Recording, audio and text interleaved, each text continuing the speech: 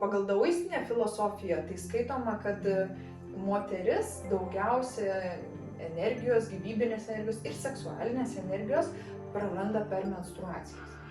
Tai reiškia, mūsų kūnas visą kas geriausia sudeda į kiaušinėlį ir kada jisai žuvo, kada yra mūsų kraujavimo dienos, atitinkamai mes labai daug prarandame.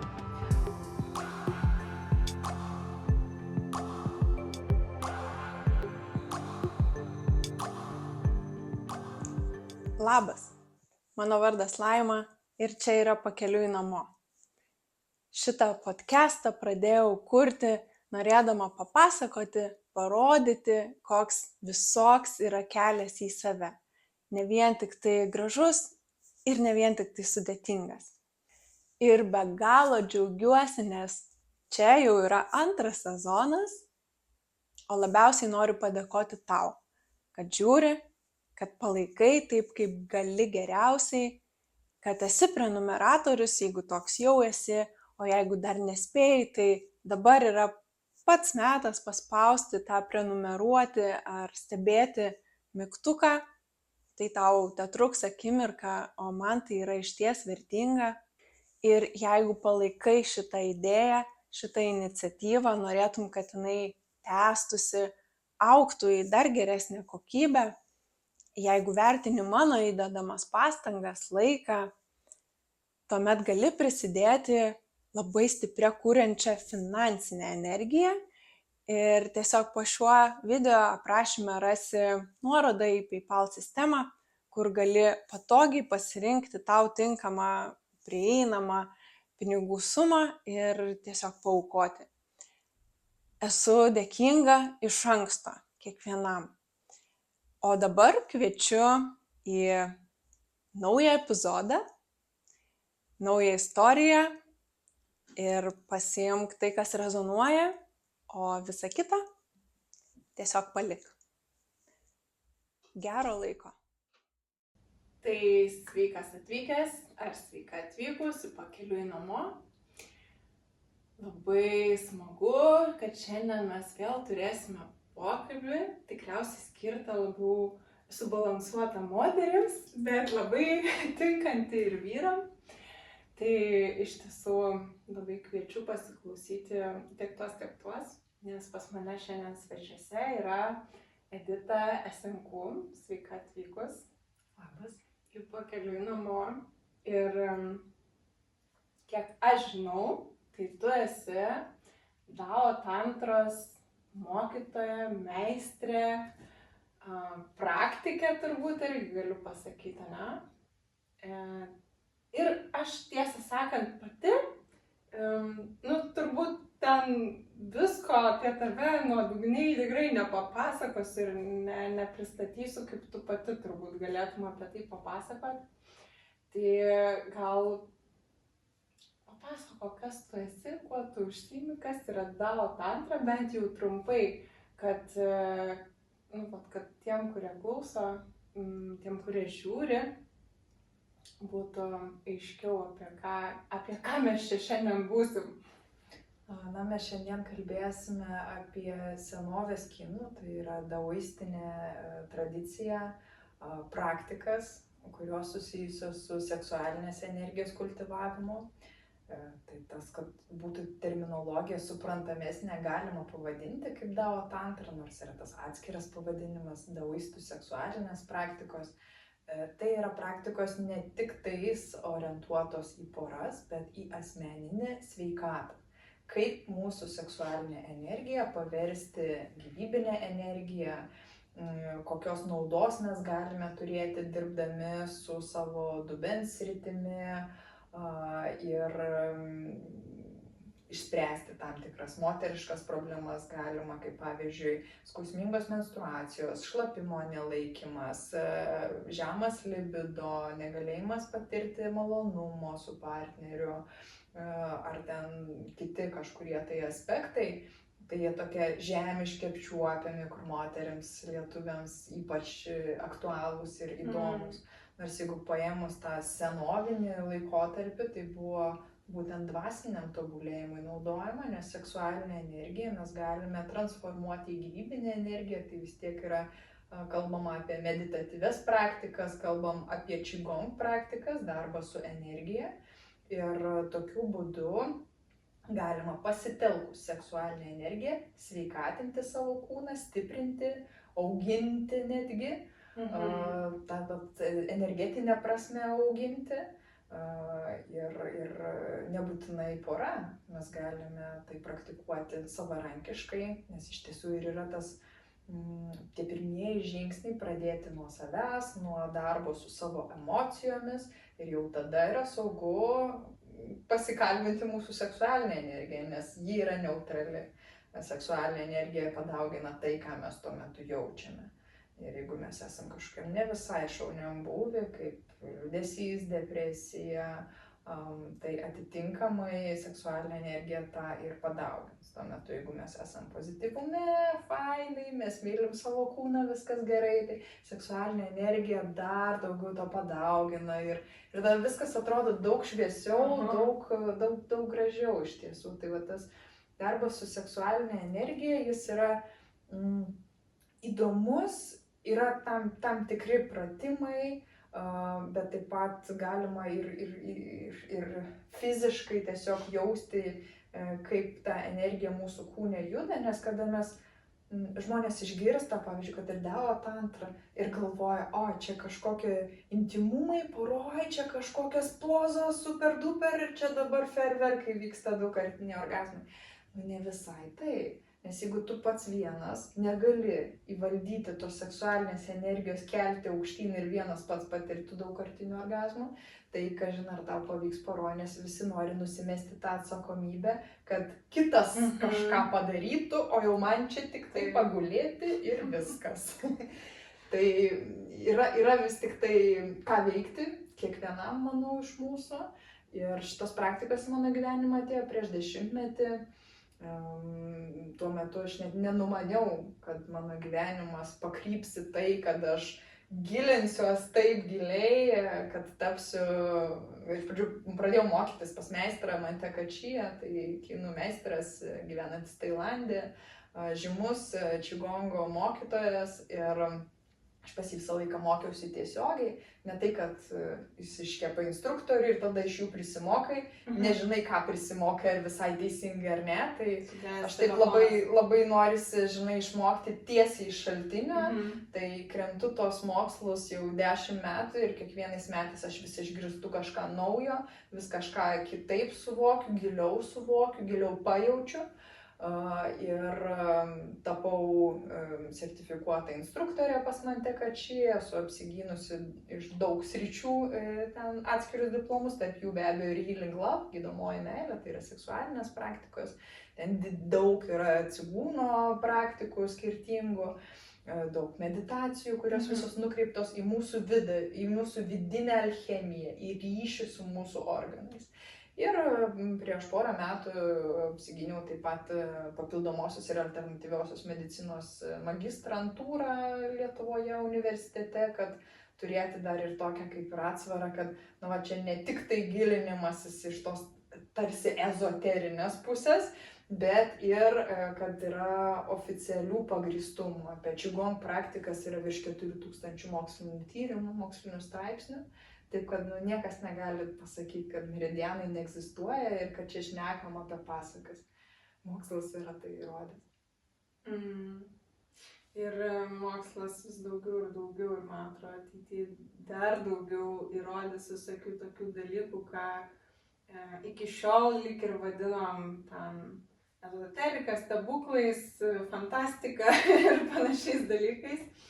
Tai man jau labai įdomu, nes aš ir visa šita laida Pakeliui namo, podcastas ir idėja buvo pirminė, dabar jau jaučiu, kaip lyg važiuoja kažkur gal ir giliau, toliau, plačiau. Ir visgi tai yra apie tą dvasinį sąmonės augimą, kažkokį sąmoningumą, žinai. Tai ir seksualumas, man atrodo, yra viena iš tų sričių, nu, kur ten yra labai dar tamsumos. Dideli kontrastai, taip sakant. Taip. Jo, arba visai celibatas ir maždaug čia intimumo nėra, man jo iš vis nereikia. Ir iki priklausomybės nuo pornografijos, erotizuotos apsirengimo moterų ir taip toliau, kas irgi yra visiškai kitas kampas, kuris yra vėlgi per daug to atvirumo. Ir tarsi to auksinio viduriuko trūksta, nes, apie tai galima kalbėti tik šeimoje, tai galima kalbėti tik tarp dviejų žmonių. Kaip čia galima kalbėti apie tai garsiai? Va, ir visokių tokių daug įsitikinimų, kas, aišku, ir labai suprantama, iš kur jie velkasi mums kaip šleifas.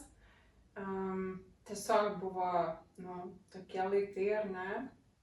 Gyvenom tokiose sistemose, bet dabar viskas keičiasi ir mes irgi turim turbūt keistis ir keisti tą supratimą, kas tai yra.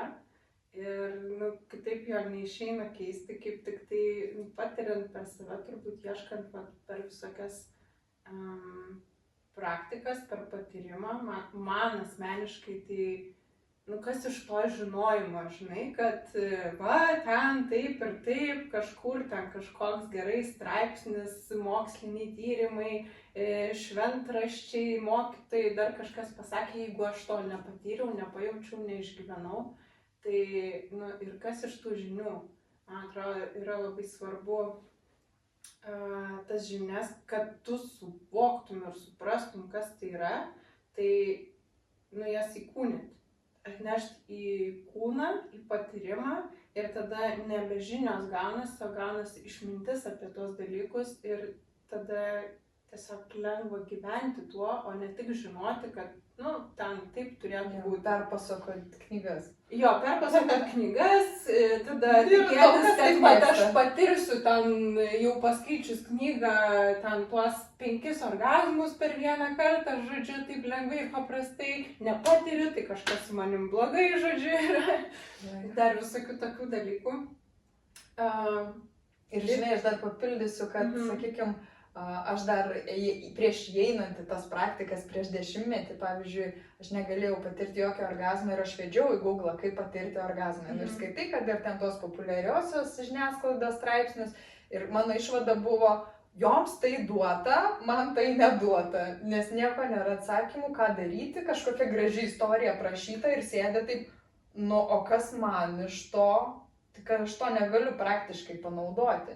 Ir tarsi nėra atsakymų, tai kaip galima ugdyti savo kūną, nėra tarsi atsakymų, kad palaukti, reikia dirbti ir su mūsų protu, ir su mūsų emocijom, kurios užrakintos dubenyje. Ir tada man buvo toksai lūžis vidinis, kada aš jau tapau sertifikuotą instruktorę, iš pradžių sakiau, ne, čia tik dėl savęs, o paskui tas vis tiek lūžis įvyko, kad palauk, tai jeigu manyje įvyko toks virsmas, tiek emocijose, tiek seksualinėse dalykuose. Ir aš pagalvojau, reikia apie tai kalbėti. Taip, man buvo gėda ir atrodė, kad jeigu čia kas nors iš kolegų mane pamatys, nes aš tuo metu dar ofise dirbau ir aš taip nedrąsiai pradėjau. Iš pradžių Facebooką susikūriau kaip SNQ DAO. Ir visos nuotraukos buvo be veido, nes juk nedrąsu, jeigu kas užmatys, bet tas smalsumas, noras edukuoti jisai buvo. Ir aš tą website savo jau sukūriau tuo metu ir galvoju, reikia kalbėti ir pamačiau, kad moterims smalsu, kad joms reikia, kad jos suvokia, kad kažkas yra daugiau negu vien tik tai tas toks fizinis intimumas. Kad vis tik tai yra tas energijos judėjimas mūsų kūne ir kad mes galime eiti į gylį tiek su savim, tiek su partneriu. Ir tai mane paskatino vis daugiau ir daugiau dalintis, paskui jau pasivadinau Edita SNQ, paskui jau išdrįsau ir Edita SNQ Šimkutė, o kai ištekėjau, tai jau nebegalėjau tik 4 pavardės prirašyti, tai dokumentuose palikau Edita Šimkutė, sakau, gal jau tiek to. Per daug čia tų vardų gausis, bet tas net ir slapyvardis SNQ, jisai man toksai su mano misija nešantis vardas. Nes pas Daosius, tas senovės kinus ar ne, pasakojama, kad buvo tokie 8 nemirtingieji, tiesiog paprasti žmonės, kurie ant tiek giliai ėjo į praktikas, jog pasiekė nemirtingumą. Ir tos legendos yra. Ir vienas iš tų 8 nemirtingųjų, vienintelė buvo moteris. Ho Xian Hu. Ir man visai patiko ta jos istorija, kaip jinai sustabdė menstruacijas, pasiekė nemirtingumą ir gyveno ten virš 400 metų, ją kalnuose matydavo ir tai galvoju, kaip fainai. Ir žinai, be jokio tapatinimuose, bet su tokiu, žinai, tarsi norėčiau, kad jinai mane, tarsi globotų šitame kelyje, šitoje sklaidoje, kur tu gali sulaukti ir to negatyvaus, žinai, kad žmonės nesupranta, apie ką čia. Čia gal nesigilinkim, bet tik užsimenu apie mano projektą 30 dienų be liemenėlės, kur beveik 10 000 moterų suburta. Tai yra, kas nesupranta ir maždaug man va taip rodo. Tai atitinkamai, kada aš jaučiu kažkokią iš kitų žmonių paramą, globą savo kelyje, man tiesiog lengviau eiti, negirdėti, nematyti kažkokių kritikų ir daugiau žinoti, kad, aš darau gerą darbą. Nes aš sulaukiu daug atgalinio ryšio, kad moteris net mažiausių dalykų pradėjo šypsotis savo širdžiai, šypsotis savo gimdai. Sako, aš nežinau, sako, man ašaros byra, kažkokios vidinės transformacijos vyksta. O sakau, čia visiškai, sako, aš noriu tą antrą praktikuoti. Pradėk nuo šypsotis širdžiai, šypsotis gimdai, jinai jau veikia. Sakau, tu supranti, kad jau procesai prasidėjo, tau nebūtinai iš karto norėti kažko tai labai daug. Po mažą žingsnelį, kiekvieną savo kelią. Gėdos yra, žinai, šituose dalykuose. Ir mums visą laiką buvo tarsi, nežinau, net žodį pasakyti, ten gimda, krūtis, vagina. Yra, kažkas tam tokio. Seksas, o Dieve, gėda, jau vien sakyti žodį nepatogu. Tai ką kalbėti apie gilinimas į tuos dalykus. Ir dabar mes galim tai daryti, man atrodo, ir moteris daug drąsiau daro ir atsiranda visokių ir ten moterų ratų, ir temų, ir seminarų, ir kalbėti viešai. Nebereikia jau taip slėptis, turbūt daug yra tokių temų, kurios aš irgi, kai pradėjau gilintis į save, tai atrodė kažkokia keistenybė ir niekam nepasakoju. Bet dabar mes apie keisčiausius dalykus kalbam garsiai ir tai tampa vis labiau ir labiau įprasta. Ir man labai kažkaip, žinai, norėtųsi paliesti šito seksualumo ir visgi, to dvasingumo, dvasinį šitą temą. Ir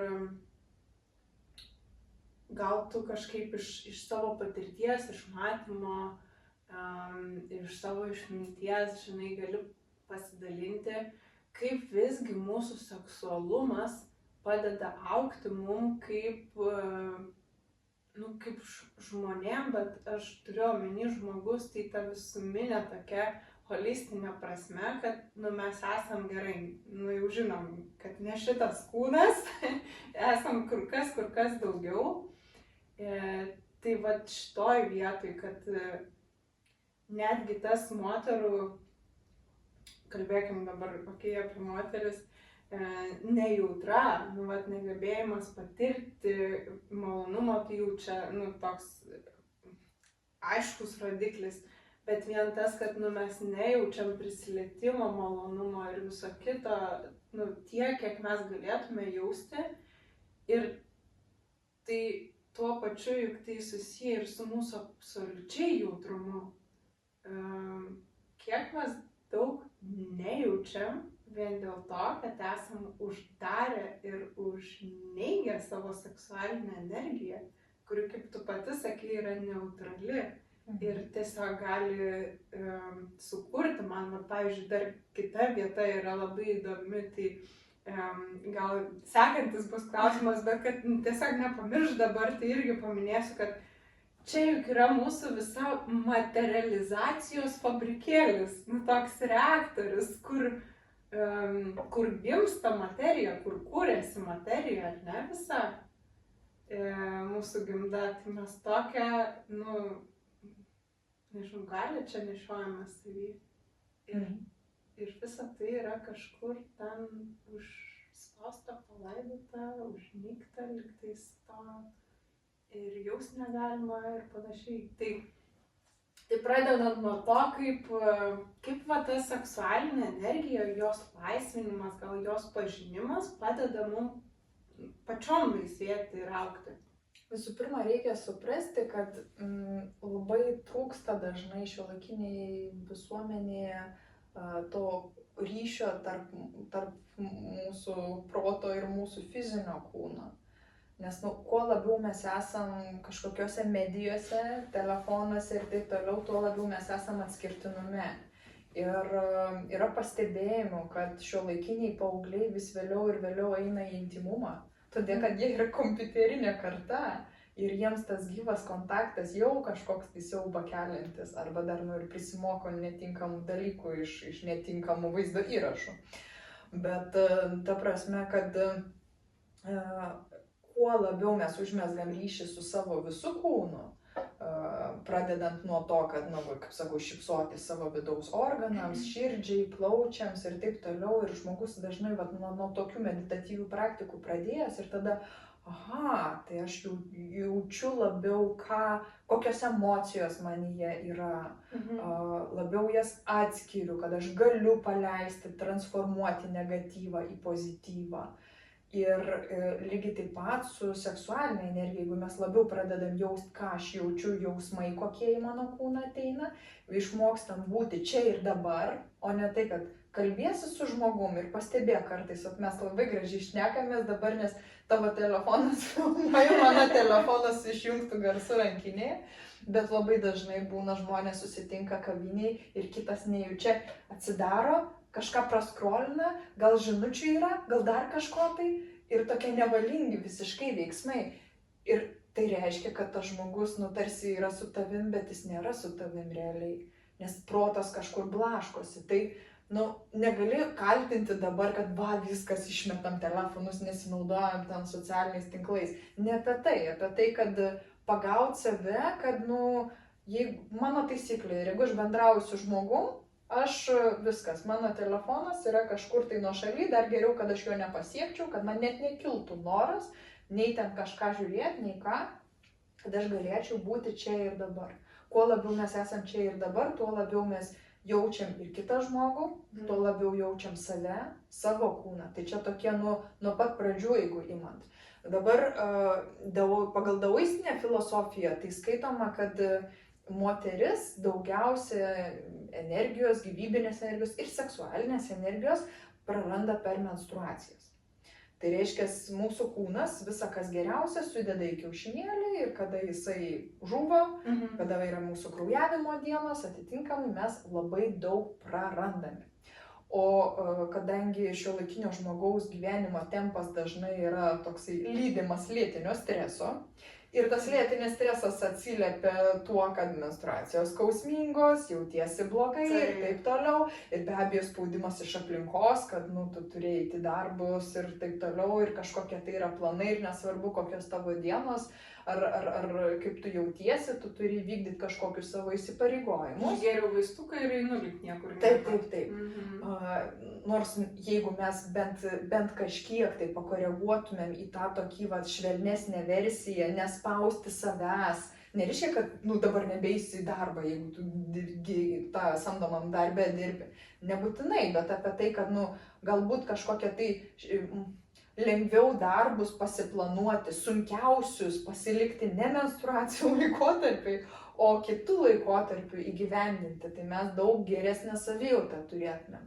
Nes kada mes prarandame daug gyvybinės energijos, tai atitinkamai mums stokoja kūnas ir tos pačios seksualinės energijos, nes mes tarsi viską paleidžiam. Ir šitoj vietoj, būtent kalbant apie menstruacijas, tose senovinėse praktikose ir buvo tas sąryšis su dvasiniu tobulėjimu. Yra pastebėjimų, kad daugiau dvasinių lyderių yra vyrų. Kodėl? nes jiems, tam tikra prasme paprasčiau, kad, arba ten vyriškas seksualinės praktikas su ejakuliacijos kontrolė taiko, arba iš visi celibatą išeina ir viskas, jiems tauposi energiją. O kaip tu ten, ar celibatas ar necelibatas, moteriai vis tiek menstruacijos vyksta. O kaip tą kranelį užsukti? Tai vat, kada mes sąmoningai dirbam su savo dubens sritimi, atsiranda daugiau daugiau gyvybinės energijos ir mūsų žemutiniam dantenėje, mūsų pilve. Pilvas yra tos mūsų antrosios smegenys, čia daug emocijų, visokio emocinės informacijos. Bet taip pat ir čia, kada mes jaučiam šilumą, atitinkamai mes turim daugiau gyvybinės energijos. Jeigu mes turim daugiau gyvybinės energijos, mes galim eiti į daug gilesnį gylį dvasiniam tobulėjime. Nėra taip, kad meditaciją dariau ar čigong praktikas, prikaupiau karščio, atėjo mėnesinės, visas karštis išbėgo ir tada vėl iš naujo bandom kaupti energiją ir vėl jinai išteka. Tai vat, kad taip nebūtų arba kad ištekėtų jos mažiau ir daugiau galėtume prikaupti, tai atitinkamai mes galime taikyti tas daoistinės seksualinės praktikos, kurios senais laikais jos ir buvo tam skirtos, kad tu galėtum labiau eiti į dvasinį tobulėjimą. Šiuolaikiniai moteriai daug aktualiau ten šlapimo nelaikymo bėdą išspręsti ar skausmingas mėnesinės ar malonumo aspektus. Bet tas senasis gylis, jisai buvo daugiausia susietas būtent šituo kampu, su tuo dvasiniu tobulėjimu, nes realiai, jeigu mes turim daugiau gyvybinės energijos ir mes gyvenam sklandume su savo menstruacijų ciklu, neperlenkiant kažkokios lazdos, bet tokiam normaliam ritme, sakykim, savo, tai atitinkamai mes galim daugiau nuveikti, negu visą laiką stresuoti. Biški čia, dabar truputį tą padarysiu, truputį tą ir praėjo diena, oi, nieko nenuveikiau, kaip čia dabar.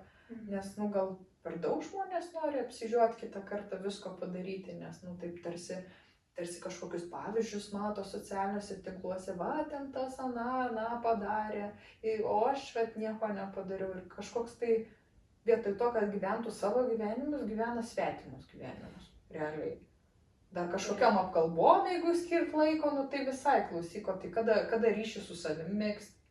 Ta prasme, tai jeigu kiti įdomesni, tai aš suprantu, kad kartais gali būti kažkoks pramoga pasmalsavimas. Bet jeigu tai tampa kaip gyvenimo būdas, mes vis labiau ir labiau prarandam ryšį su savim ir savo kūnu. Taip mes, dabar ne apie tai, bet aš kartais kalbu apie atsakomybę ir atsakomybės prisiėmimą. Tai čia, žinai, svarbu prisiimti atsakomybę, bet mes kartais, ką tu ir sakai, mes prisiimam atsakomybę už visus aplinkui. Ten kokius 5000% atsakomybės, tuo tarpu nesam visiškai atsakingi už save. Ir toks tarsi atsakomybės ir atidavimas aplinkai gaunasi, kad aš bandau sukontroliuoti viską aplink save ir tada aš kažkaip ten pasijausiu, galėsiu atsipalaiduoti, kaip jau čia visi viską padarys taip, kaip aš noriu. Bet čia, žinok, labai gerai temą palėtė, dėl to, kad, jeigu paimti, sakykim, pastarųjų kelių metų įvykius, kada pandemija, paskui kariniai veiksmai kaimyninėse valstybėse ir kai kurie žmonės ant tiek gyvena tuo, kas yra žiniasklaidoje, kad jie realiai jaučia atsakomybę už visus aplinkui, gyvena tokiam didžiuliam strese.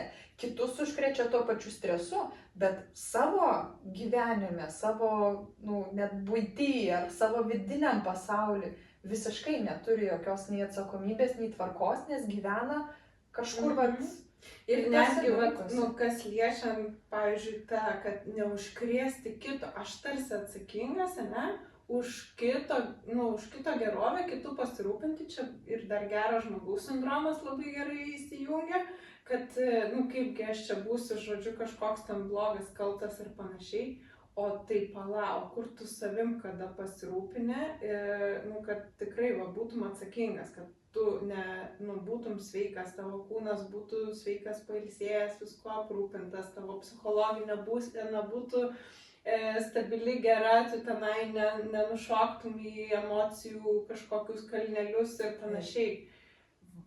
Už savo veiksmus, ką tu pasirenki, žinai, kiekvieną dieną, ką tu pasirenki galvoti, ką tu pasirenki veikti, kaip ar tu kažkaip savo tą realizaciją ir gerbuviu ir tai, kad su tavim viskas būtų gerai, ar tu tikrai tuo pasirūpini. Jo, ir aš čia papildyti dar tave norėčiau, kad meistro Mateko Čia tokiu geru pavyzdžiu, kad, sako, negatyvios emocijos, jos kaip piktžolės. Jos auga visur, pas visus, prasme, auga. Ir jeigu mes jų neravėsim, mes turėsim šabakštynę. Ta prasme, jeigu mes norim auginti daržovės, gėles, mes turim kažką su tuo daryti. Taip. Arba ten, kaip aš, gamtinė žemdirbystė ir užmulčiuoti, arba ravėti, arba ir tas. Bet kokiu atveju mes turim įdėti pastangų ir prasiravėti tas piktžoles, tas negatyvias emocijas, kurios galbūt kažkieno mūsų primestos, ar iš mūsų vidaus išeinančias. Bet jeigu mes to nedarysim, tai darbas su seksualinė energija, jisai bus toks, labai paviršinis, arba tiesiog tai bus kūniški veiksmai. Kaip sakau, žmonės dažnai įsivaizduoja, dao tantrą, tai čia gal kokia poza, gal kokį, žinai, techniką man duok, kaip čia dabar patirta orgasmą. Kaip geriau. Jo, žinai, yra tam tikri pastebėjimai, tie 3 orgazmų lygmenys daosizme, kad klitorinis, G taško, gimdos orgazmas čia būtų šiuolaikiniai atitikmenys. Nors ten kitaip sakydavo, kad moteris 3 vandenius turėtų patirti, kad galėtų būti pilnumoj patenkinta ir soti šitą seksualinę prasme. Bet tai nereiškia, kad iš karto reikia pradėti tik tai nuo technikų. Nes, kaip sakau, jeigu vidiniam pasauliu ne viskas tvarkoj, šitas gėlytės nežydės tam šabakštynė. Niekaip, čia labai geras pavyzdys, žinai. Vat ir apie tas pačias emocijas. Mes privalome jas pasižiūrėti pradžiui, išsiravėti tas piktžoles ir šabakštyną, kad augtų ir skleistųsi tas sodas.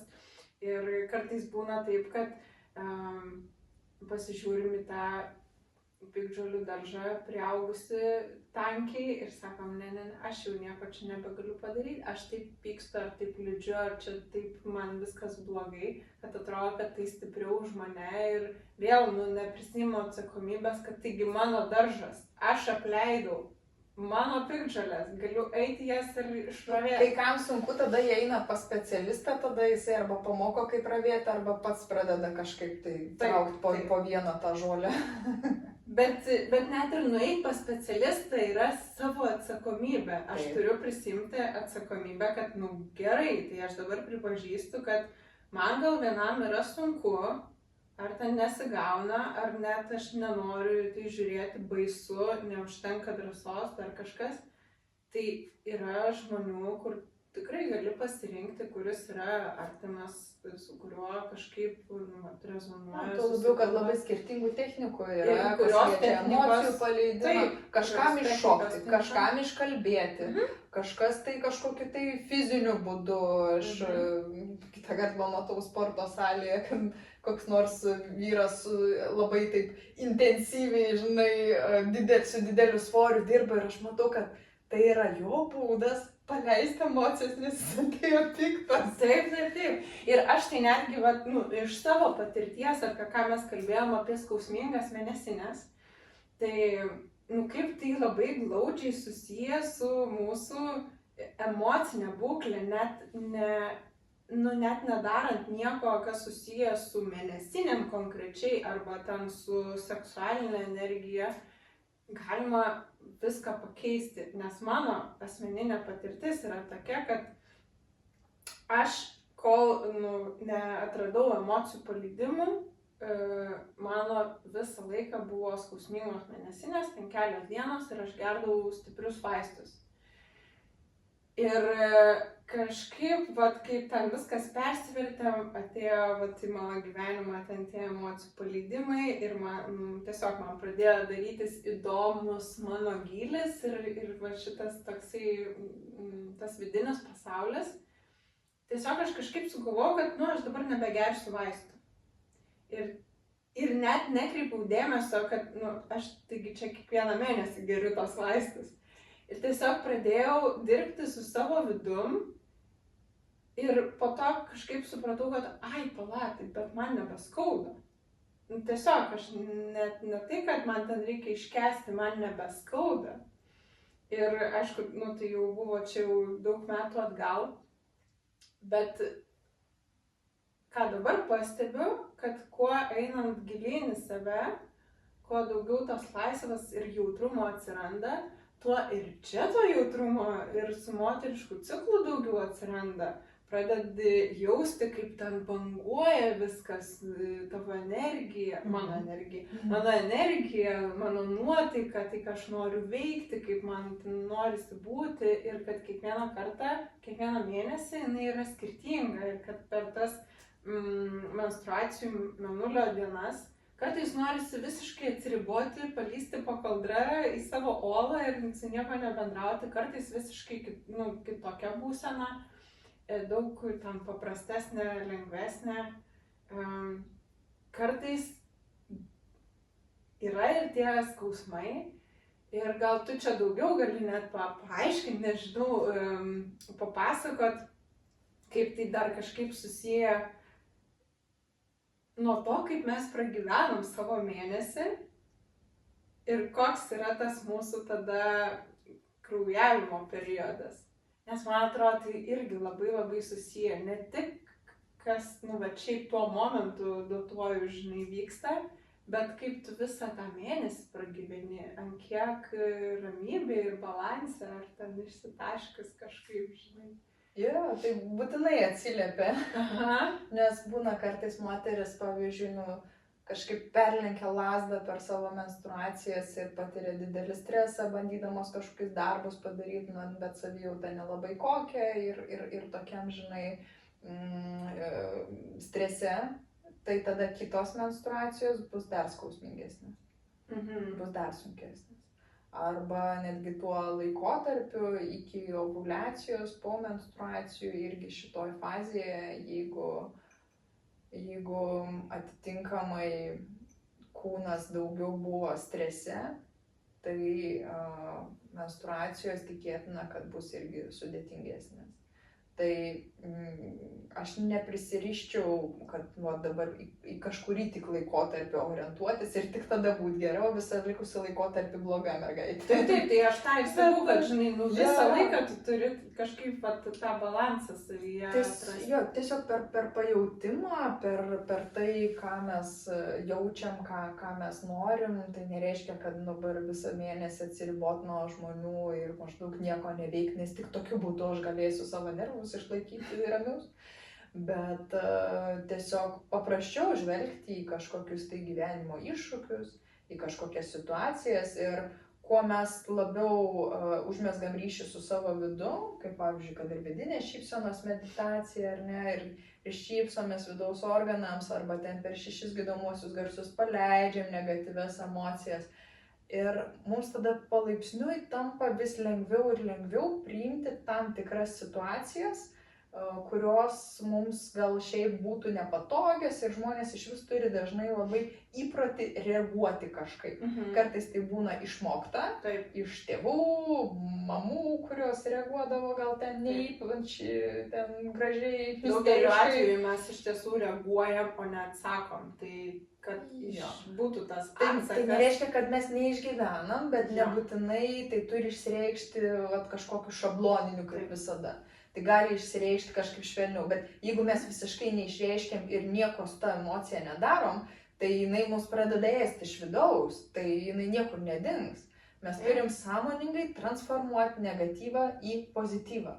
Tam, kad galėtumėm dirbti su savo seksualinė energija saugiai, nes vis tik tai, kada mes kalbam apie mūsų seksualinę energiją ir kalbam apie lėtinį stresą, tos tokius šiuolaikiniais, aiškiais terminais, tai reikia suprasti, kad stresas blokuoja lytinius hormonus ir tada nenori intymumo jokio. Ir va čia vienas iš pagrindinių atsakymų, kai moteris sako, ką man daryti, gal man čia kažkokias tai technikas daryti ir visa kita. Jo, tau daug kas galėtų tikti. Viskas, kas tau stresą padėtų sumažinti, kad tu išliptum iš to lėtinio streso ir daugiau galėtum džiaugtis savo ties kasdieniais kažkokiais tai dalykais. Nes žmonės dažnai įsivaizduoja, kad nu va čia turi visas pasaulis pasikeisti, turi aplinkui jie esantys žmonės pasikeisti, turi darbas pasikeisti, bet tai yra neįmanoma ir todėl niekas nesikeis ir aš nesikeisiu. Nu, čia vėl apie tą atsakomybę, kad, nu, kiti turi padaryti, kad man būtų Nes gerai. jie visi mane labai įtakoja. Taip. O realybė yra tokia, kad, nu, jeigu tu gali kažką pakeisti, pakeisk, o jeigu nieko negali pakeisti, nu, tai priimk kaip yra ir reik toliau į priekį. Taip. Nes, nu, kitaip nieko nebus. Tai pirmas žingsnis, žodžiu, pradedant dirbti su savo seksualinė energija, tai kažkaip atrasti balansą tame savo emociniam lauke. Visą šitą sluoksnį, tokį emocijų, kažkokių automatinių reakcijų atpažinti tikriausiai. Mano tai, nu, toks pirma, ką mes galim pradėti daryti, tai tiesiog pastebėti, kas su mumis vyksta, nu, kad ir tas reakcijas, ne, kad tam, kad pakeisti, tai nu, mes turim iš pradžių pastebėti, kad mes čia kažkaip reaguojam ir kad čia kažkas ne to vyksta ir tada žiūrėti, o kaip galėčiau aš kitaip.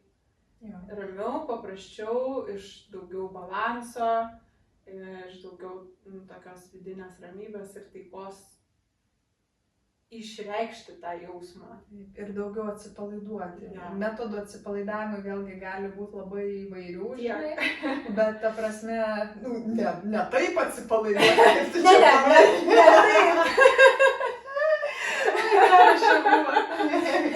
Jo, bet žodžiu, kad jų yra iki kaklo ir dar daugiau. Taip. Čia gal daugiau apie, kad ir masažas, pavyzdžiui, karšta vonia, ar kažkokie tokie malonumai, kurie padeda mūsų nervų sistemai pailsėti, kad autonominė nervų sistema vyrautų ne simpatinė, o parasimpatinė, kuri įsijungia tada, kada mes medituojam, kada mes ilsimės, kada mes esam tam ramiam būvį. Tai atitinkamai tada mūsų seksualinė energija, jai atsiranda sąlygos būti pažadintai, pabudintai ir tada nebūtinai kažkokie tai stebuklingi dalykai turi vykti, bet jeigu žmogui jaučia, kad sunku išeiti iš to streso. Bet ką aš matau, pavyzdžiui, kai organizuoju savaitgalinės stovyklas šiltuoju metų sezonu, atvažiuoja penktadienį. Moteris tokias, kur aš čia pakliuvau, kas čia dabar bus, man nedrąsu, aš pirmą kartą, aš nieko nepažįstu. Ir tokį, matai, dar įtampos iš po darbų, žinai, gal ten kažkas iš namiškių, kur tu čia važiuoji, kokį tu čia nesąmonių prisigalvoji, kokias dar čia tos seksualinės praktikas, sėdėk namie. Jūs tokia nuotaika, žinai, atvažiuoja žmogus kitą kartą. Ir paskui, kada sekmadienį arba jau šeštadienį, aš jau matau jau tas vidinės transformacijas po pirties, atsipalaidavusios, kada tas meditatyvas praktikas ir su dubens dugnu, kada padirbam, aš matau, kaip jos sužydi iš karto, kada gauni tą tokį kompleksinį priėjimą ir meditaciją, ir judesio praktikos, ir iš dubens išjudinti emocijas. Ir tada matai, kad atėjo pas tą pačią moterį, kuri ten, aš nežinau, ko aš čia atvažiavau, čia maždaug čia gal man ne vieta. Matai tą tokį sužydėjimą, matai atsipalaidavimą iš prisistatymo, kur užsimikčiojant ir aš bijau viešai kalbėti, jau išvažiuojant atrodo, kas čia, kelios dienos, bet tas ėjimas į savo vidų per praktiką, per tą moterišką bendrystę, moterišką bendruomenę ratą, jau viskas kitaip pradeda išsireikšti, nes jinai pradeda suprasti, kad ji ne viena tokia, kad daugybė moterų susiduria su panašiom abejonėm, klausimais, nepasitikėjimu savim ir net nepalaikymu iš aplinkos, nes kaip pasakiau, kitis, pasakiau vyrui, kur važiuoju, sakė, kad man čia nereikia. O grįžta ir paskui vyras sako, džiaugiasi, kad aš išvažiavau, klausė, kada kitais metais bus stovykla, nori dar mane išsiųsti, pats už savo pinigus mane išsiųsti. Tai ant kiek, žinai, kol nepabandai eiti savo vidų, tol dažnu atveju žmogus net nežino, ką jame ras. Ir eiti savo vidų visada yra baisu. tiek emocijos, seksualinės sritis, tai mūsų dubens dugnas čia ypač tų emocijų yra prikaupę. Dėl moteris, kada, pavyzdžiui, pradeda dirbti ir su fiziniu kūnu, pavyzdžiui, kaip nefrito kiaušinio praktika, ir vidiniai raumenys dirba, ar ne, suspaudžia, atpalaiduoja tą nefrito kiaušinį. Ir pačios sako, kad arba su juoko atsigūnu dar paderinam stovyklose, tai sako, kažką paleidau, kažką iš savo dubens, ką laikiau. Aš pradedu jaust, kad aš atsipalaiduoju. Tai ne tik tai, kad, žinai, žiūrėti tai kaip į treniruoklį, būtent intymiai sričiai, bet pažvelgti plačiau, kad tai gali būti ir kaip tokia terapinė priemonė emocijų paleidimui, ypač kas liečia dubens sritį, ir žiūrėk, ta pati moteris jau tada atsipalaiduoja ir drąsiau pasitikinčiai savim labiau kalba ir pati ta kūno kalba, jinai tą tiesiog parodo. Tai... Iš tiesų jo, ir aš dabar net turiu idėją, vat mes dabar kalbam, ar ne, tikiu, kad yra tokių pratimų, tai gal tu gali pasidalinti, kas ypač liečia vat mūsų, ne, dubens dugno raumenis. Ką mes, pavyzdžiui, ir mūsų tos, kurios klauso, galėtų dabar, vat, kol klauso, imti ir pradėti daryti. Gal tu gali pasidalinti kažkokiam tokiam paprastom praktikom, kur, vat, kaip savo galim, žinai, išjudinti, kas tenai yra taip sustingę, ar nežinau, prikaupta, nejautru. Na taip, čia labai trumpa versija turėtų būti vis tik tai, nes esam tiesiog pokalbyje. Bet dažnai moteris, net ir pradėjusios nuo tų elementarių dalykų, kad užsidėti rankas ant pilvo apačios ir šypsotis į gimdą, siųsti šviesias mintis, jau pradeda jausti, kad aš turiu savo iščias, turiu savo gimdą ir aš galiu ją vizualizuoti, galiu ją šypsotis, tiesiog net ir pasižiūrėti ten iš Google paveikslėlį, aha, čia kiaušidės, čia kiaušintakiai, čia taip nueina į gimdą, gimdos kaklelis, makštis, aha, klitoris yra ne tik taškelis, ten yra kojytės, ten yra svogūnėlis ir visą tą piešinuką perkeliam į savo kūną. Ir mes tam savo kūnui šypsomės visai savo ginekologiniai sričiai. Tai labai dažnai būna pirmi žingsniai į meilę savo kūnui, nes psichosomatiniai tie aspektai, net ir kai kuriais atvejais yra pastebima, kad dėl emocijų mūsų kūno nepriėmimo, moteriškumo nepriėmimo, kai kuriais atvejais gali kūnas netgi sukelti tam tikrus ginekologinius nekalavimus, cistos, miomos, endometriozė. Iš vienos pusės tai labai fiziniai dalykai, bet iš kitos pusės niekas iki galo nežino, kaip tai gali veikti mūsų maityjimas. Aišku, čia veikia ir fizinis kūnas, ir mityba, ir detoksikacijos svarba, ir būna moteris kartais derina su badavimu ir tam tikrais pratimais dubens. Ir kartais kūnas pats suardo, o kartais ne. Kartais viskas lieka kaip buvę ir tarsi kažkokia pamoka, kad, gyventi reikia su šypsena ir mylėti visą savo kūną ir pradėti nuo pilvo apačios, nuo dubens srities, pabandyti padaryti šiek tiek tokių kaip Kegelio pratimai, aišku, aš daugiau gal mokau pagal taoistinę tradiciją, bet jūs galite ir tiesiog... Ar tai kažkuo skiriasi? Jo, ten ilgas būtų pasakojimas detaliai kas ir kaip, bet iš principo jūs galite irgi apie makštį tarpvietę išangę padaryti lengvų sutraukimų, ypač kada jaučiate, kad neturit energijos, neturit jėgų. Jums galbūt ar šalta, ar jaučiatės visiškai pavargusios kažkokios tai ir reikia kažkaip tai pasisemti energijos, tai ir man, sakyčiau, geriau veikia negu kad ten pasėdėti kelias minutės pamedituoti, nes kitą kartą tai irgi gali būti kaip grįžimas į save, į savo kūną, bet jeigu mes norim būtent tą savo seksualinę energiją greičiau transformuoti į gyvybinę energiją, mes galim šiek tiek tų sutraukimų padaryti ir žiūrėk, jau šiluma pasklinda po truputėlį po mūsų kūną ir atitinkamai mes turim daugiau šiek tiek energijos. Nu, va, tokie paprasti atrodo dalykai, bet kaip mes galim pasinaudoti savo moterišką reprodukcinę sistemą ir savo tiesiog, nežinau, keisti savo būseną, ane? Jo, ir tai yra nematomi dalykai.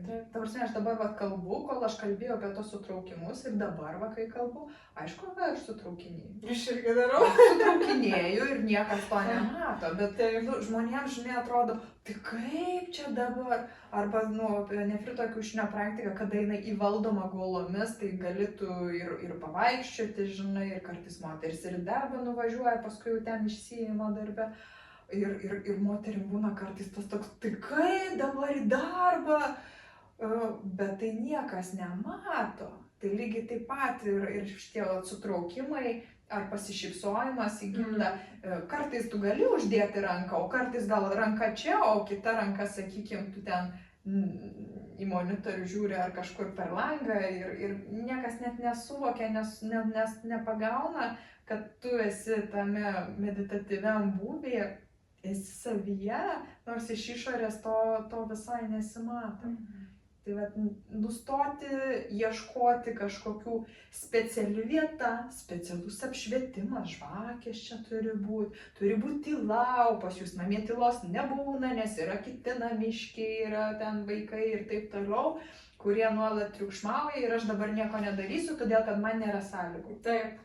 Dažnai šitas būna pasiteisinimas, labai dažnai. O realiai tai net ir tos moteris, kurios šitaip masto, jeigu jos pradeda keisti savo mąstymą, kad palauk, bet aš galiu sakyti, kad ne tai, kad šeimai visai paskelbti, kad aš dabar einu į savo intimumo praktiką, ten treniruoju dubens dugną, aš dabar einu kiaušinio praktiką daryti, galima pasakyti, aš einu medituoti. Tai yra mano laikas, meditacija. Užklijuoti lapiuką ant durų, netrukdyti, aš dabar medituoju. O ką jūs darysite, tai yra jūsų reikalas. Ir nebūtinai ten išsirengti, jeigu yra kiti namiškiai ir jums tai būtų nejauku dėl to, bet galima ir per drabužius, ko puikiausiai įsidėti, sakykim, tą kiaušinuką, arba padaryti tos pačius Kegelio pratimus, ar krūtų savimasažą galime ir per drabužius pasidaryti, ar duše pasidaryti. Ir žmonės labai dažnai nori sąlygų, tai arba aš neturiu tam laiko, o Facebook'e valandą praskrolint turi laiko vakare? Arba darbo metu netgi. Turi, okei, tai tada atitinkamai galima suprasti, kad 10 minučių skirti kažkokiai praktikai irgi gali. Jeigu atitinkamai mes suprantam, kad tas jeigu mes į kažką telkiame savo dėmesį, tai atitinkamai pokyčiai ir vyksta. Jeigu mes atidėliojam, aš tą darysiu vėliau, kai kurie žmonės taip nugyvena visą gyvenimą. Aš būsiu laiminga, kai turėsiu geresnį darbą, aš būsiu laiminga, kai turėsiu automobilį, kai pasistatysiu namą, kai bus vaikų, kai vaikai užaugs, kai vaikai ten ištekės ves, kai bus anūkai, kai numirsiu, galų gale sako, būsiu laimingas. Čia tas pats žiauriausias, kada išgirdi iš senolių, kada jie pasako, aš būsiu laiminga, kai numirsiu. Nu tai košmaras, klausyk, tada supranti, kad nuolat yra atidėliojama ir nebūnama čia ir dabar. Ir kalbant apie tas Dao tantrines praktikas, aš dažnai išgirstu, šypteliu, kada, žinai, o kada bus porom? Nu, nežinau, nes šiaip tai čia yra darbas su savim, o jau paskui antras lygis yra porom. Nu, bet jeigu mano vyras nepraktikuos, tai žinokit, aš nepradėsiu irgi.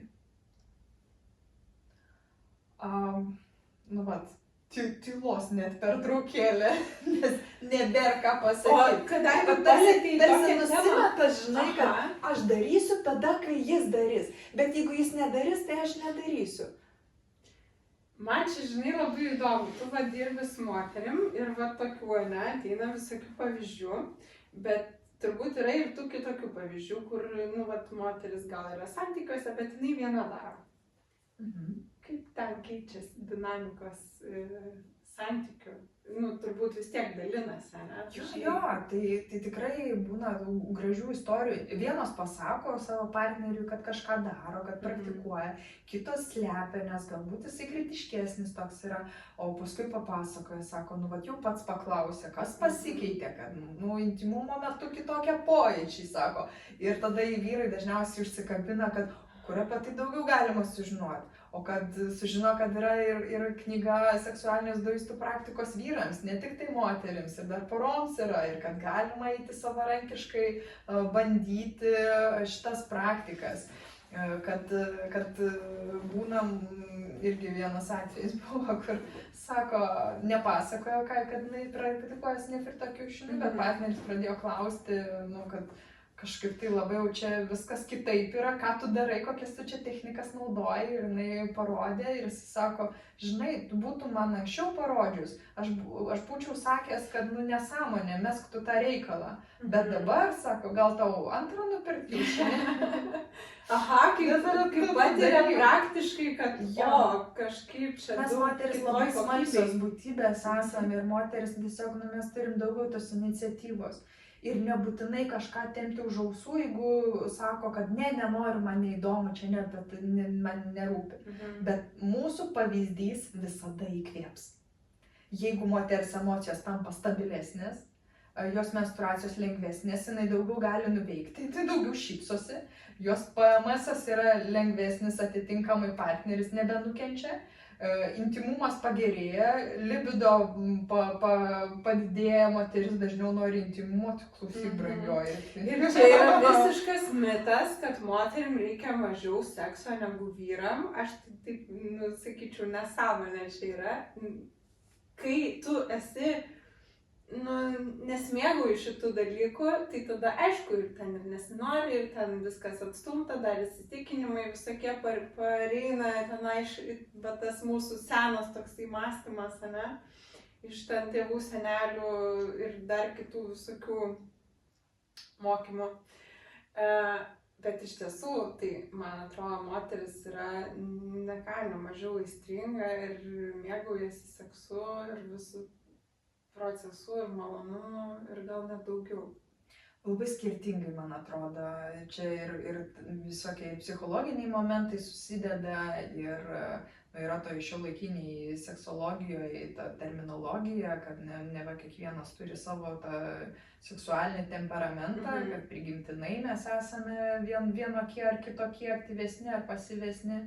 Bet iš esmės tai labai skirtingos istorijos būna. Vienos moteris skundžiasi, kad žemas libido, kitos sako, mano aukštas libido ir man reikia šitų praktikų, kad susitvarkyt su savim, nes sako, man stogą rauna, man reikia į darbą eiti, o sako, man mintis visai kitur. Tai žinai, lygiai gali moteris susidurti su panašiais iššūkiais kaip ir vyrai, sakykime, kuriem daugiau reikia nuraminti savo protą, taip klajojantį.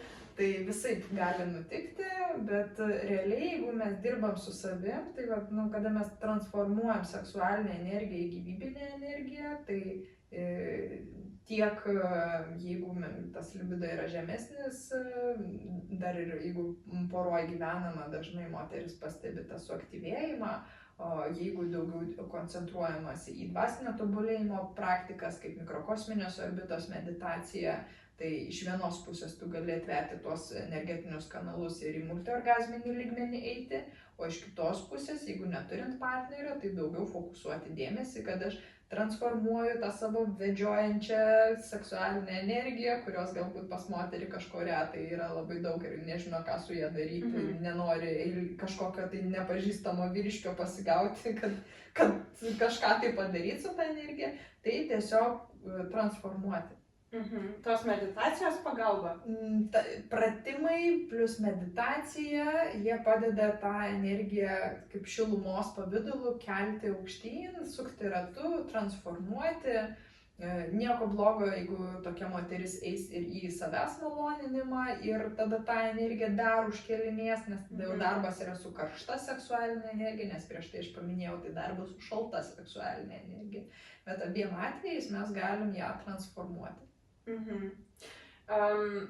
Aš Nu ir tu esi paminėjus, kad vat vyram apie kaip tik kaip rekomenduojama, nežinau, kad neišeikvoti energijos, tai mokytis valdyti savo ejakuliaciją, ne? O moterim, kaip moterim yra? Vat ir su savęs maloninimu, ar ne? Tai moterim atvirkščiai yra. Orgasmas kaip tik kaip suaktyvina tą energiją ir kūrybinę, ir manifestacinę, ar kaip yra?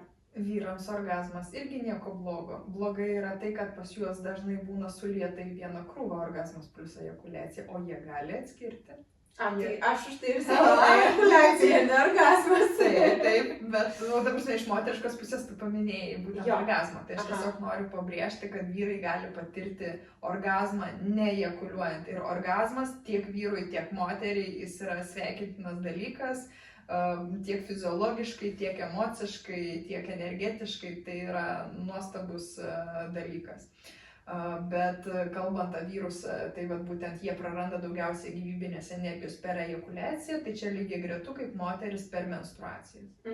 Tai reiškia, kad moteris intimumo metu ar orgasmo patyrimo metu ji nepraradinėja. Kažkiek tai aišku gali prarasti, pavargti, pavargsta.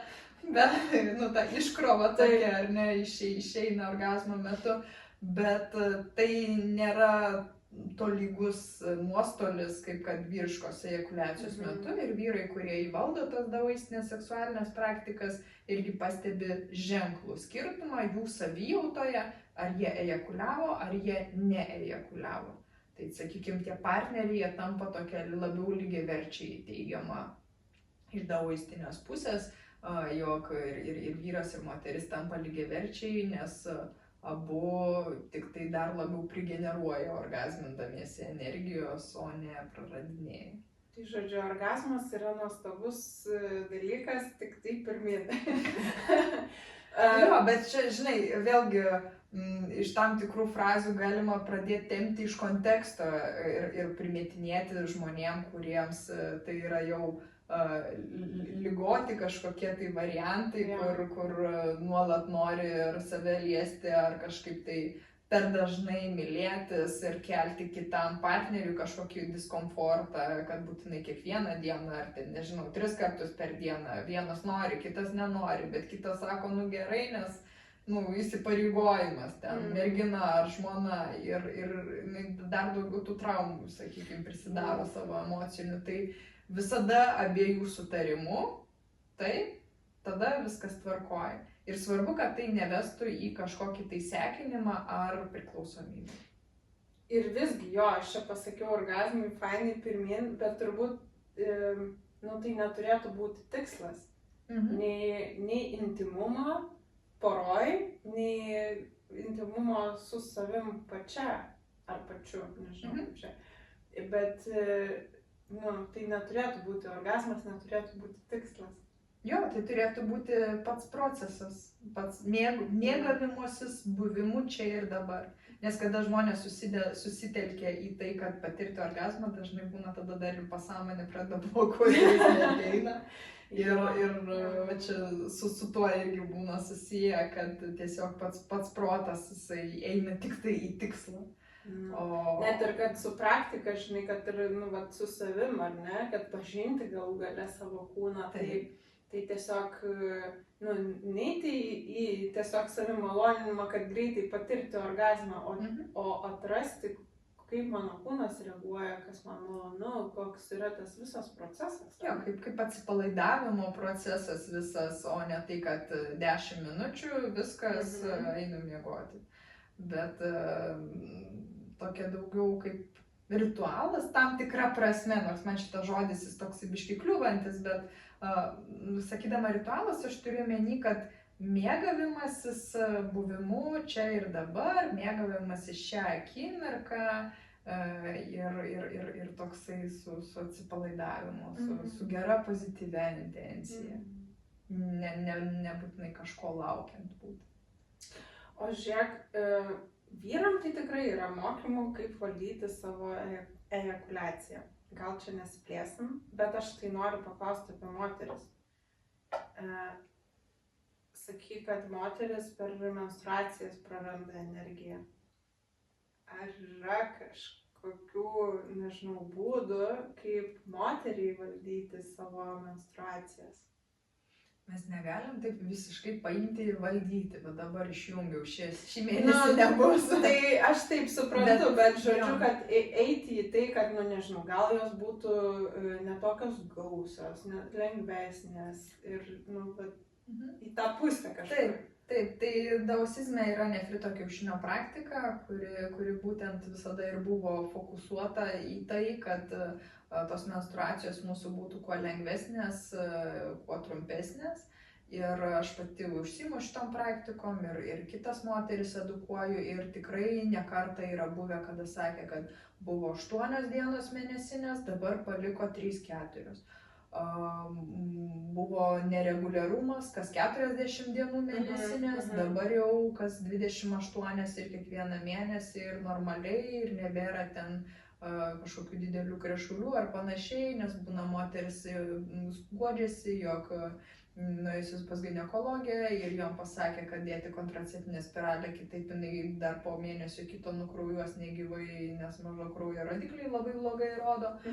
Ir jinai bando daryti būtent praktikas su nefrito kiaušiniu ir susitinkam po pusmečio stovykloje ir jinai sako, žinai, sako, viskas susireguliavo. Nebegausios, normaliai jaučiuosi ir dar svoris nukrito, labiau pradėjau mylėti save, savo kūną ir taip toliau prisižiūrėti. O kai prieš porą metų padariau mokslinį tyrimą su beveik 100 moterų, tai ten tyriau būtent menstruacijų skausmingumą ir buvo labai ženklus pokyčiai, moterims daugam tapo nebeskausmingos arba daug mažiau skausmingos mėnesinės. Ten bendras vidurkis tyriamųjų buvo 5 dienos kraujavimo, po 2 mėnesių jau liko tik tai 4 ir taip toliau. Ir buvo apart to, kad statistiniai tam tikri reikšmės, tai buvo ir asmeninių skambučių, kur sakė, Edita sako, aš nesuprantu, aš 10 metį vaistus turėdavau nuo menstruacijų skausmo visada savo rankinėje, man jų nereikia, kaip taip gali būti.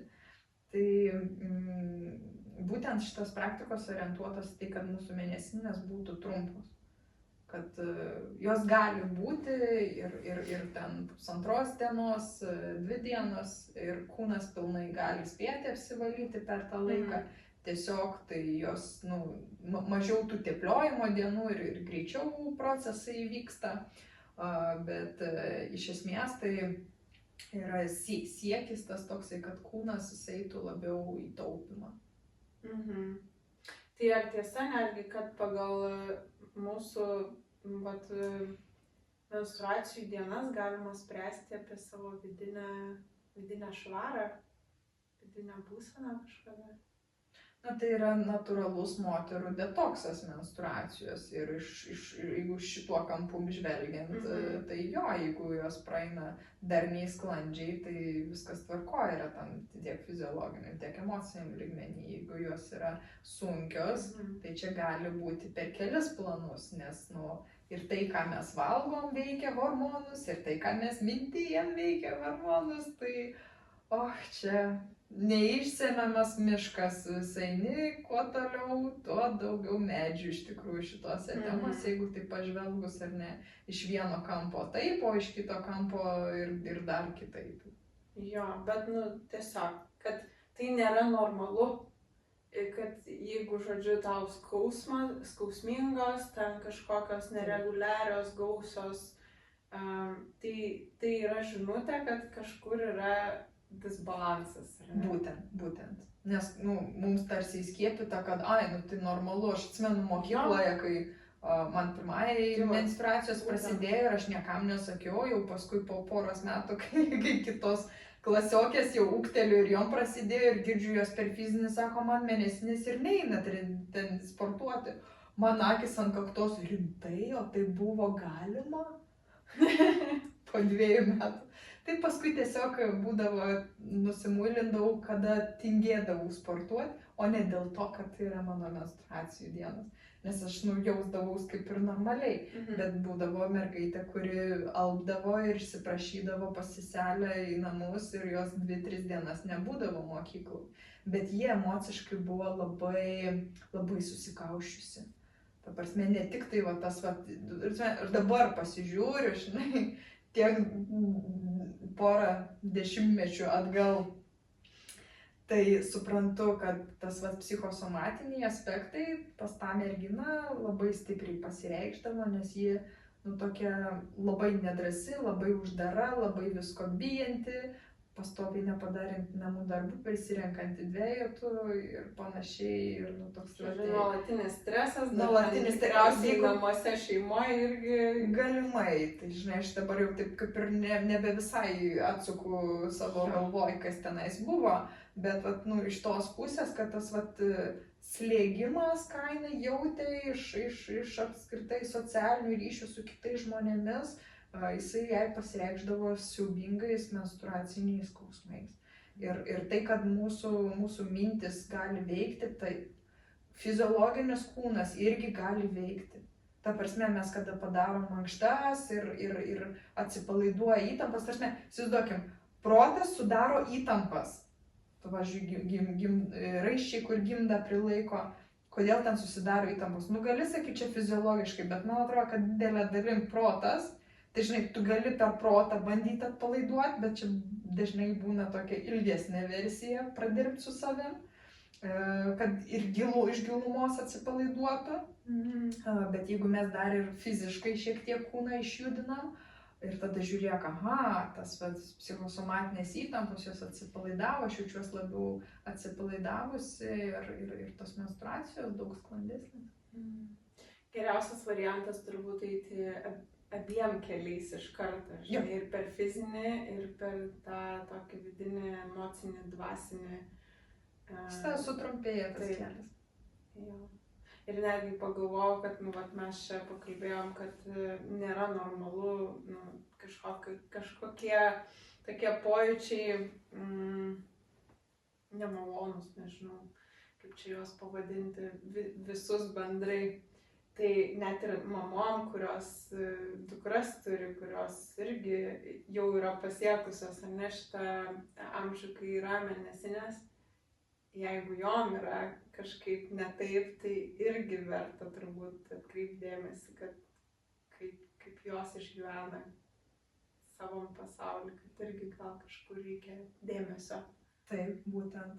Galbūt jinai jos paklausus tiesiai šviesiai tos dukros, jinai sakys, ne, su manim viskas gerai, bet turi tada mama rasti kelius, kaip atrakinti tą jos širdelę ir atrasti, kas vis tik tai slypi, nes kitaip mes, tas emociniai išgyvenimai, tos vaikystės, paauglystės, traumos, jos paskui velkasi dešimtmečiais.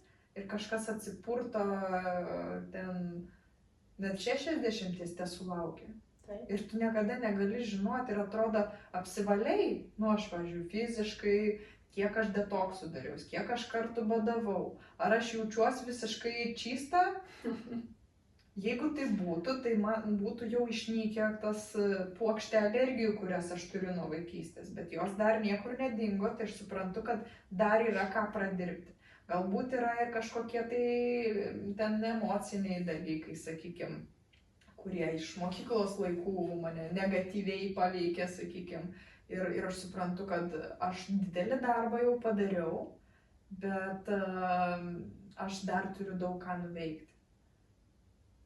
Ir tai yra normalu. Vienas iš momentų, ką aš čia norėjau parodyti šitais pokalbiais, kad net žmonės, kurie dalinasi kažkokiam praktikom veikiančiom ir jau daug kelio nuėję, žinai, ir jau daug ir patyrę, ne tik žinių, bet ir tokio patyrimo turi. Ir vis tiek būna, vis tiek ne viskas tai vien tik tobula ir gražu ir gerai, kad, žinai, mes visi patiriam kalnelius kažkokius, mažesnius ar ten didesnius, priklausomai turbūt ir nuo savo patirčių, kurias turim ir nešamės. Ir kad net jeigu tu ten daug žinai, daug padarėjai, daug jau nuėjai ir atrodo viskas turėtų būti gerai ir ateina diena, kai ateina tos sunkesnės būsenos arba va, dar kūnas kažką ten primena, išsireiškia kažkokiais skausmais ar ten dar kažkas. Aš manau, tai yra normalu. Jo, aš manau, kad apskritai yra blefas, jeigu kažkas sako, kad aš nušvitau. Va dabar jau aš viską žinau, į visus klausimus aš turiu atsakymus, aš visiškai pagijau ar ten dar kažką. Mes turim tam tikrus lygmenis. Ta prasme, mes turim lygmenį, kad va, aš pagijau, aš esu geriausia savo versija, kokia aš buvau. Taip. Ar aš myliu savo kūną labiau negu prieš metus, negu prieš 10 metų? Wow, koks šuolis tiesiog. Bet aš žinau, diena ir naktis. Bet aš žinau, kad dar kažkas yra. Vat, kai buvau šiais metais tamsos retryte, tai Tailande 2 savaitės absoliučioj tamsoj su labai giliom meditacijom. Tai aš atsikapščiau iki to savo mokyklos laikų, kada mano branda buvo anksčiausiai, aš buvau aukščiausia, aš buvau pirma su krūtine ir stambesnė sudėjimo, tai aš 14 buvau tokia pat kaip dabar. Ir visiems aš atrodžiau, ta prasme, kiek kritikos į mano kūną ėjo. Ir aš tas visas strėles, supranti, išsitraukiau. Ir tos žaizdos tarsi sugijo. Bet aš tada tam tamsoj sėdėdama, aš radau tos senus randus kabutėse, žinai, tą tokį suvokimą, kad, bet tai buvo. Ir man atrodė, kad aš jau tikrai myliu savo kūną ir nuostabu, ir kada aš ten moterų pirtį stovykloje kuruoju, mes paprastai einam nuogos ir aš einu nuoga ir man atrodo viskas fainai, viskas gerai. Bet paskui aš ten atkapščiau, kad dar yra many savikritikos savo kūnui ir tas aiškus suvokimas ne dėl to, kad jis būtų blogas, bet dėl to, kad man primetė, man įkalbėjo, kad aš esu negraži, kad man yra tokie ir anokie trūkumai. Ir aš toliau, tai naujas sluoksnis, tada naujas lapas ir vėl kitaip aš pradirbinėjau visą šitą. Ir aš vis labiau džiaugiuosi savimi šituose etapuose ir aš nemanau, kad dvasinis tobulėjimas yra baigtinis momentas, kad aš patobulėsiu 5 metus ar 10 metų ir čia dabar bus mano baigtinė versija. Kaip pavyzdžiui, Dao išsiverčia kaip kelias. Nuolatinis tobulėjimo kelias, nuolatinis pokyčių kelias. Tu atrodo, kad ir praktikose, patyrimuose, arba kalbant apie tą daoistinę seksologiją, arba bendrai apie seksologiją, jau atrodo, jau tiek daug sužinojau, jau tiek daug supratau.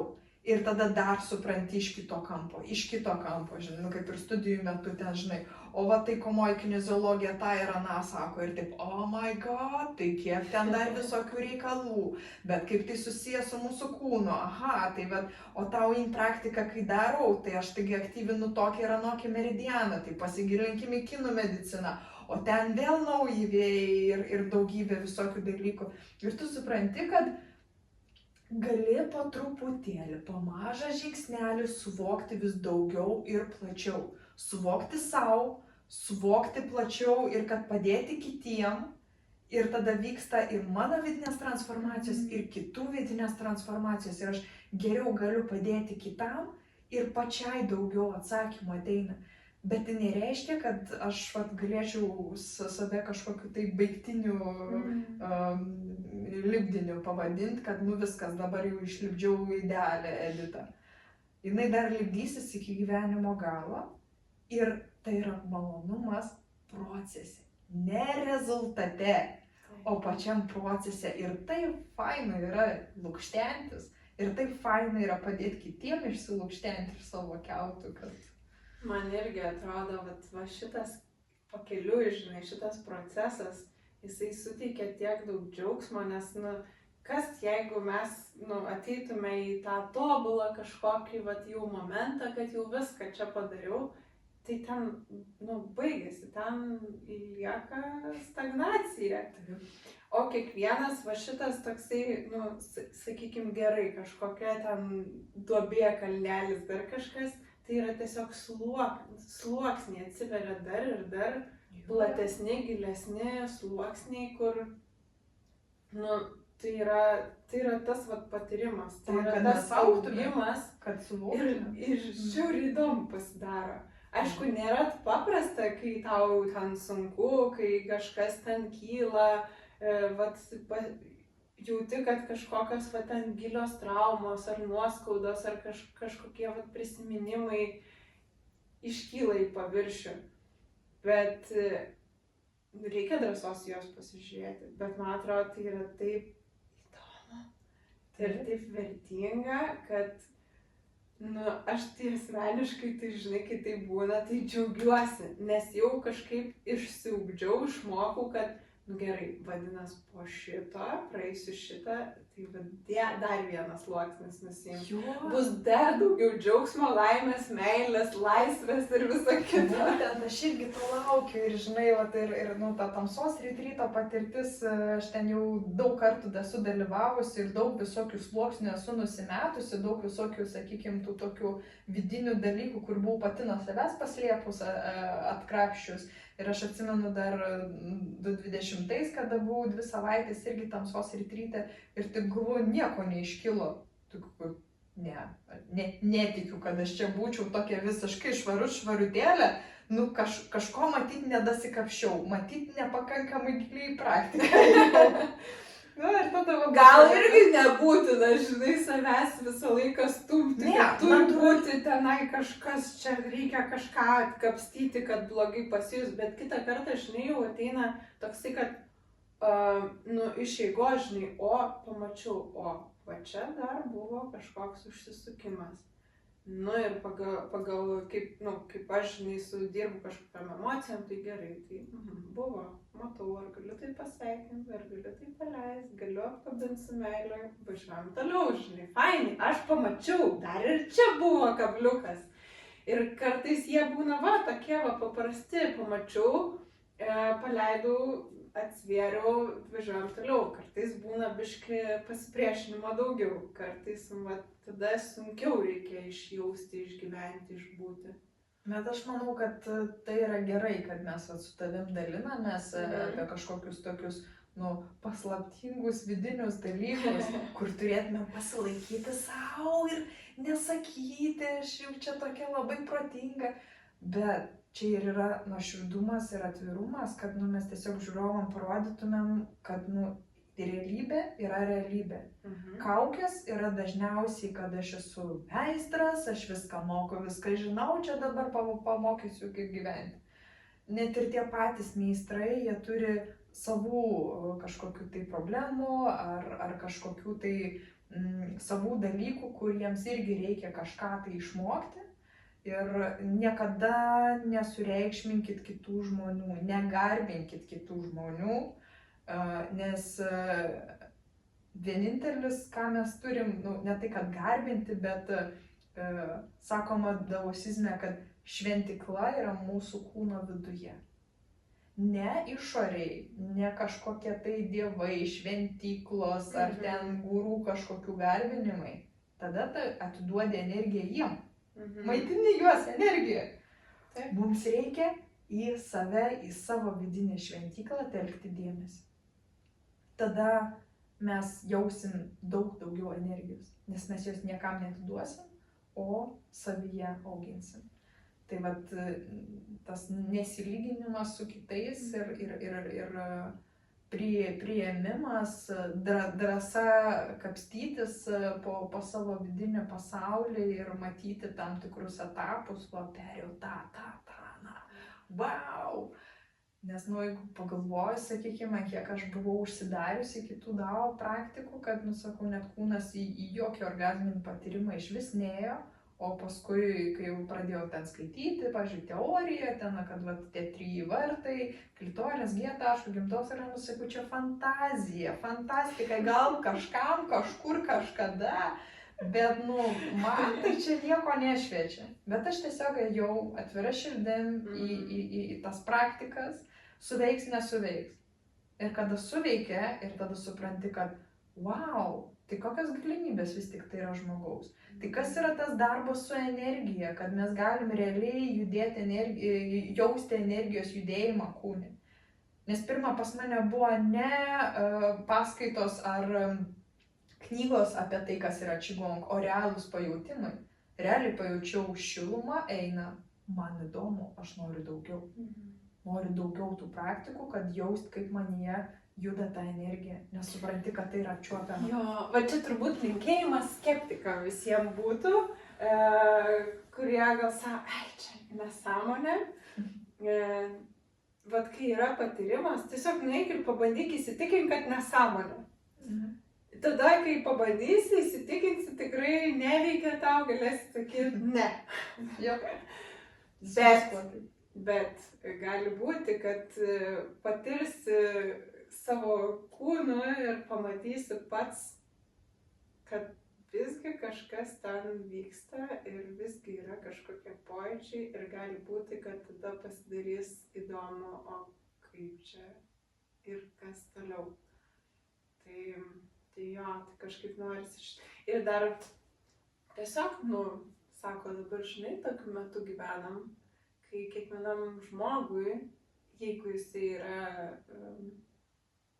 smalsus ir pasiryžęs eiti į save, tai visas šitas suvokimas yra prieinamas ir atviras. Tiesiog reikia eiti į save, ne išorį ieškoti atsakymų, ne kažkur ten pas kažkokius guru ar mokytojus, kurie iš tiesų gali padėti ir nukreipti ir paspartinti. Ir viskas su to gerai, arba tais, kurie padeda kažkokiais tais klausimais susitvarkyti lengviau, bet viską vis tiek dar patikrinti per save. Aš gal išversiu iš savo pusės, ką aš norėčiau pasakyti, tarsi įtraukiant ir tai, ką tu paminėjai. Kad esmė, ką mes darom, o ne ką mes perklausom kuo daugiau teorijos. Žmonės labai dažnai, ką aš pastebiu, ir tie populiariausi lektoriai, nesvarbu Lietuva ar užsienis, visada yra teoretikai, kurie labai gražiai moka išvedžioti apie gyvenimo tiesas. Jie žino labai daug visokių gyvenimo tiesų, visokių atsakymų, gal ir šaunų žmonės, viskas su tom yra tvarkoja, aš nesakau, bet dažniausiai vidinis pokytis pradeda vykti tada, kai mes praktiškai kažką pradedam daryti. Ar tai meditacija, ar qigong praktika, ar dirbti su mūsų dubens dugnu. Bet jeigu mes išklausysim 100 valandų paskaitų apie orgazmą, ar jis įvyks? Reikia kažkokį veiksmą padaryti. Sako, kad ten galima ir tiesiog su energijom, žinai, pasiekti, ne, orgazmus. Realu. Bet reikia ir tas energijas valdyti, vis tiek reikia daryti veiksmą. Ta prasme, 1000 valandų podcastų prisiklausę, tas neįvyks, bet jeigu jie užkabins pradėti kažką į tuos vidinius pokyčius ir toks tarsi supurtimas bus iš vidaus, tada nuostabu. Taip. Ačiū tau, kad pakalbinai mane. Ačiū tau, kad tiek daug skirtingų temų palietėm ir dar turbūt galėtume paliesti dar daugiau ir dar giliau ir man tai visai norėtųsi gal kažkada pratęsti. Jo, šiandien tai labai, labai smagu, ačiū tau, kad pasidalinai. Ir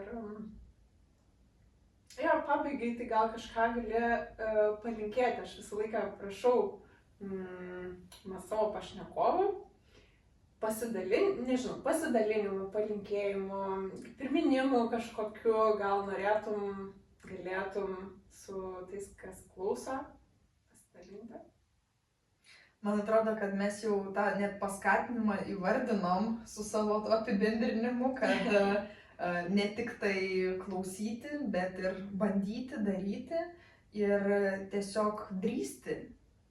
Ne tai, kad, žinai, eiti į nežinomybę, man baisu, o gal aš nemokėsiu, gal aš nežinosiu. O kaip tu žinai, ar tu mokėsi ar nemokėsi, jeigu tu nepabandėjai? O jeigu aš nemokėsiu, šypsotis gimdai nemokėsi?